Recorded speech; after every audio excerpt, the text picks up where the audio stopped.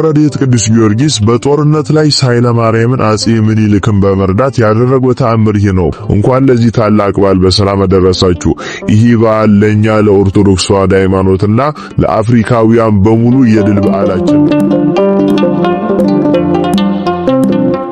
ጌታችን ከኢየሱስ ክርስቶስ ልደት ከ1854 ዓመት በኋላ የኢትዮጵያ ንጉሠ ነገሥት ዳግማዊ አጼ ምኒልክ በነገሰ በ26ኛው ዓመት የምኒልክ የጦር አለቃ ገበየው ድል ካደረጋቸው በኋላ እንደገና ምኒልክን ወግተው ኢትዮጵያን በቀኝ አገዛዝ ሊገዙ የሮም ሰዎች መጡ።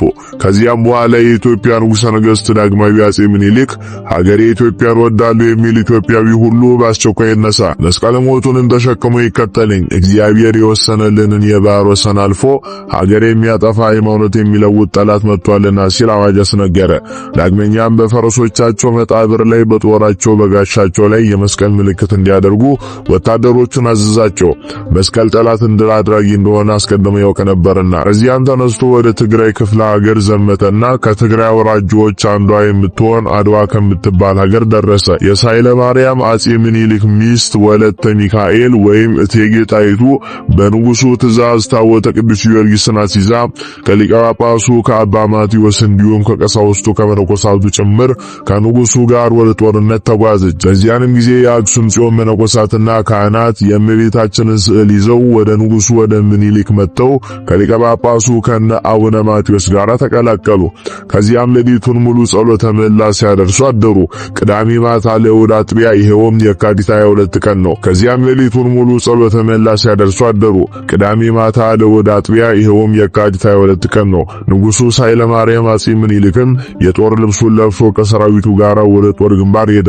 ከዚያም ከሮማውያን የጠላት ጦር ጋር ተገናኝቶ ከሌሊቱ በ11 ሰዓት ጦርነቱን ጀመረ። የንጉሱ ኃይለ ማርያም ሚስት ወለተ ሚካኤል እቴጌ ጣይቱ ሌሊት በታቦተ ቅዱስ ጊዮርጊስና በእመቤታችን ስዕል ፊት በጸሎትና በስግደት እየተጋች አደረች። ሲነጋ ወደ ጦርነቱ ቦታ በመሄድ እጅግ በሚያስደንቅ ያነጋገሯ ኃይል በጦርነቱ መካከል እየተገኘች ለንጉሱ ወታደሮች የሞራልና የብርታት ድጋፍ ትሰጣቸውም ነበር። በእውነት ለተመለከታት ሁሉ እንደ ኃይለኛ ተጋዳይ አርበኛ ትመስል ነበር እንጂ የሴቶች የተፈጥሮ ባህሪ በእርሷ ላይ አይታይባትም ነበር። የንጉሱም ወታደሮች የንግስቲቱን የጀግንነት አነጋገር በሰሙ ጊዜ በእሳት ላይ እንደተጣደ የብረት ምጣድ ልባቸው ጋለ። ይልቁኑም ላም እንዳየ አንበሳ፣ ፍየል እንዳየ ነብር እየተወረወሩ በጦርነቱ መካከል በመግባት የጠላትን ጦር በሰይፍ ይጨፈጭፉት ነበር። መጽሐፍ ሹመቱን ሽልማቱን ያየ አርበኛ ከጦርነት ከሰልፍ ወደ ኋላ አያፈገፍግም ብሎ ተናግሯል።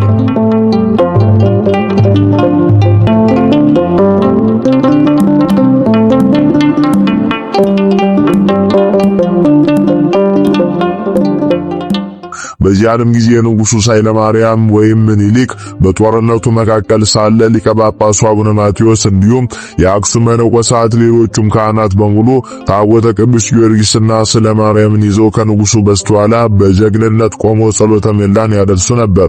ንግስቲቱ ወለተ ሚካኤል በጸሎት ጊዜ በመዓልትም በሌሊትም ከእነርሱም አትለይም ነበር። የጽዮን አገልጋዮችም በእግዚአብሔር ሕጉ ታቦት ፊት መለከት ይነፉ ነበር። በዚያም ዕለት የውም የካቲት 23 ቀን በሮማውያን ወይም በጣሊያንና በኢትዮጵያውያን መካከል ከፍተኛ ጦርነት ሆነ። ወዲያውኑ በሰማይ ላይ ታላቅ ታምር ተደረገ። ይኸውም የቀስተ ደመና ምልክት ታየ።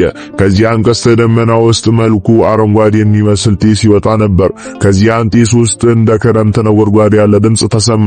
ከዚያም የነጎድጓድ ድምጽ የተነሳ በሮማውያን ወታደሮች ዘንድ ከፍተኛ ድንጋጤና ሽብር ሆነ። ለመዋጋትም አልቻሉም። ይልቁኑም ኃያሉ ገባሬ ታምር ቅዱስ ጊዮርጊስ በአንባ ላይ ፈረሱ ተቀምጦ ከነፋስ ሩጫ ይልቅ እየፈጠነ በአየር ላይ በተገለጠ ጊዜ በግንባራቸው ፍግም እያሉ ወደቁ።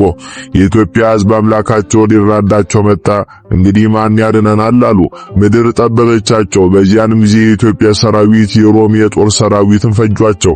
የተረፉትን ማረኳቸው። ፈጽሞ እስኪያጠፏቸው ድረስ በሮማውያን ላይ በእግዚአብሔር ስልጣን የኢትዮጵያ እጅ እየበረታች ሄደች። ከዚህም በኋላ ንጉሱ ኃይለ ማርያም በእግዚአብሔር ኃይልና በታምር አድራጊው በቅዱስ ጊዮርጊስ ተራ ተራዳይነት የሮማውያን የጣሊያንን የጦር ሰራዊት በጦርነት ድል አድርጎ የድል አክሊል ተቀዳጀ።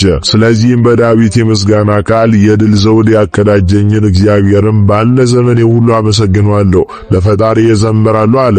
ሕዝቡም ሁሉ በክብር ከፍ ከፍ ያለ እግዚአብሔርን በፍጹም ምስጋና እናመሰግነዋለን። የሮማውያንን ኃይል ቀጥቅጦ አጥፍቷልና፣ ሰረገላዎቻቸውን ሰባብሯልና፣ ሰራዊቱን ሁሉ በምድር ላይ በትኗቸዋልና እያሉ አመሰገኑ። በፈጣሪው በኢየሱስ ክርስቶስ ኃይል በጦርነት መካከል የረዳቸውን ቅዱስ ጊዮርጊስንም በፍጹም ማድነቅ እያደነቁ አመሰገኑት። የሮምም የጦር ሰራዊት በኢትዮጵያ ፊት ተዋረዱ። ለኢትዮጵያውያን ለአፍሪካውያን አዲስ ፀሐይ ወጣ።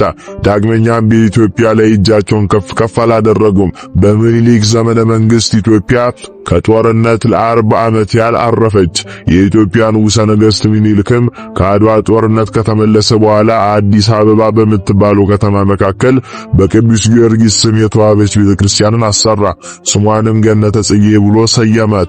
ሰማዕቱ ቅዱስ ጊዮርጊስ በጦርነቱ ሊራዳው ነበርና ረድኤት በረከቱ ይደርብን፣ በጸሎቱ ይማረን። እግዚአብሔር ከተማን ካልጠበቀ ጠባቂ በከንቱ ይተጋልና። ዛሬም የኢትዮጵያ ገበዝ የአድዋ አርበኛ ሊቀ ሰማዕታት ቅዱስ ጊዮርጊስ የአስራተ ገሉን ቅድስት ኢትዮጵያን ይጠብቅልን። አሜን። ይቆየን።